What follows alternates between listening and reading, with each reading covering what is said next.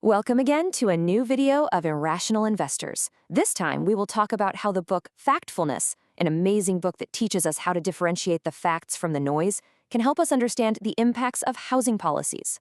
You know, when we talk about something as complicated as housing, our brains, they just love to create these simple stories, right? You've got clear villains, you've got helpless victims, but what if those very stories are the reason our policies keep failing over and over again?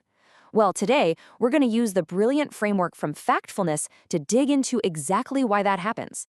So this whole idea, it comes from the late great Professor Hans Rosling. And his argument was pretty simple but profound.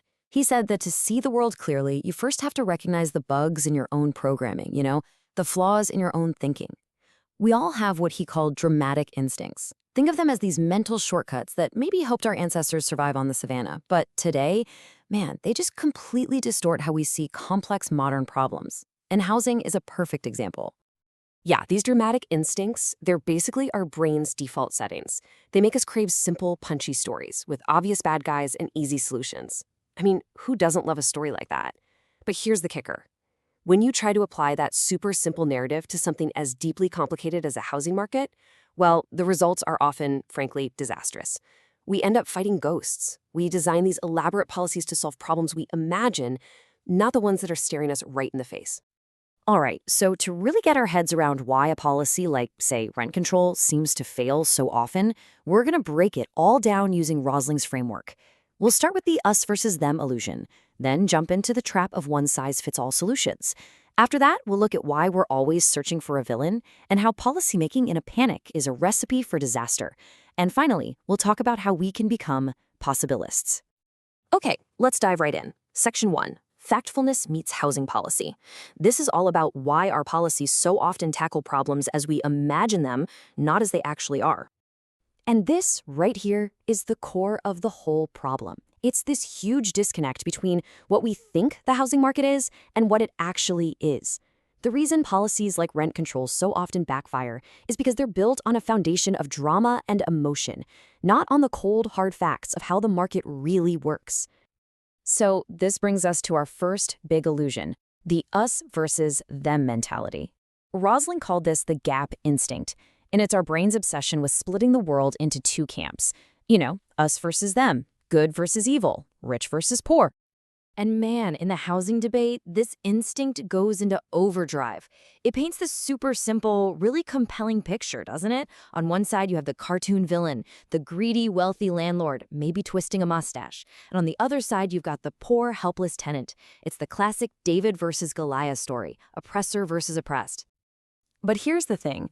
The facts just completely blow that story out of the water.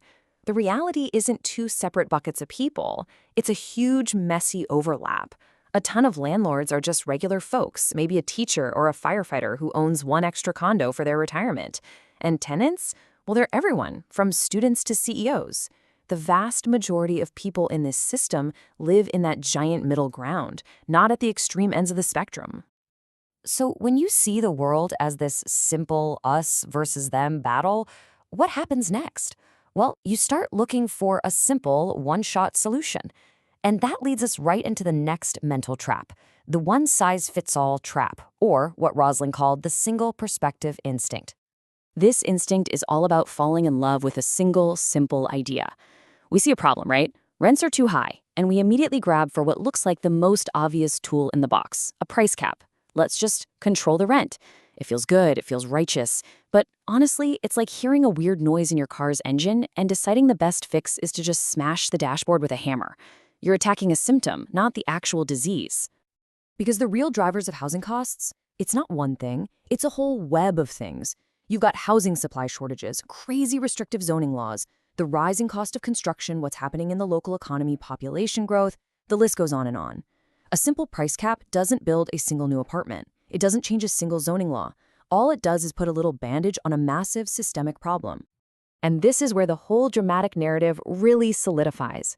If you believe there's a simple problem and you found a simple solution, well, our brains demand one more piece to the puzzle, a simple villain to blame.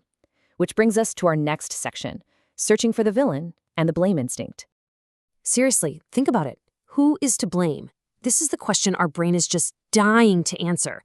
It's so much more satisfying, isn't it? To point a finger at a person or a group rather than trying to wrap your head around a complex, messy, impersonal system.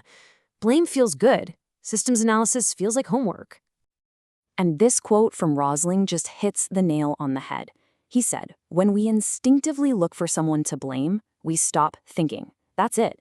The moment we find our bad guy, our ability to learn, to analyze, to think critically, it just shuts right down.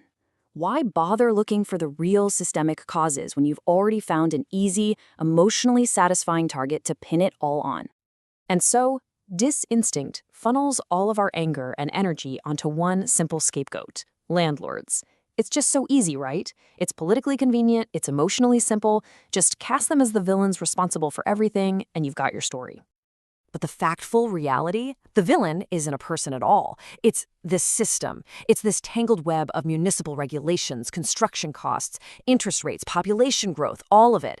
Blaming landlords is like yelling at the cashier because your groceries are expensive. It completely misidentifies where the real problem lies, and it absolutely guarantees we will never, ever actually solve it.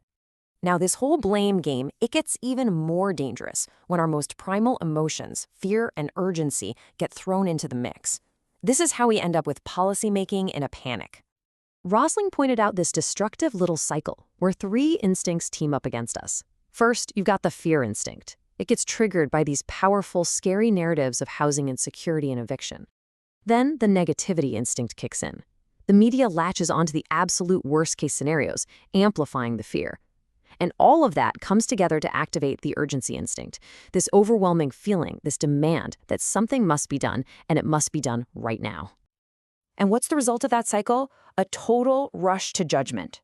The pressure to do something now becomes immense, and it completely overwhelms any attempt at careful, data-driven thinking.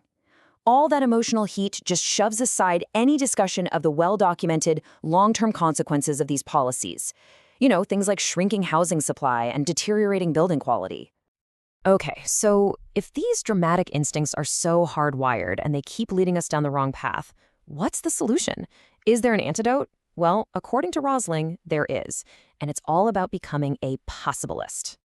So what's a possibilist? It's someone who resists that siren song of simple stories and easy answers. A possibilist neither hopes without reason nor fears without reason. They look at the data, they embrace complexity instead of running from it. They understand that real, lasting progress is usually slow, steady, and incremental, not some dramatic overnight revolution.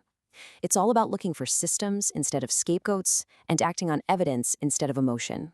And really, when we adopt this kind of fact-based worldview, we can finally start to move past these tired, failed ideologies. We can start crafting real solutions that are actually grounded in reality. So I'll leave you with this question.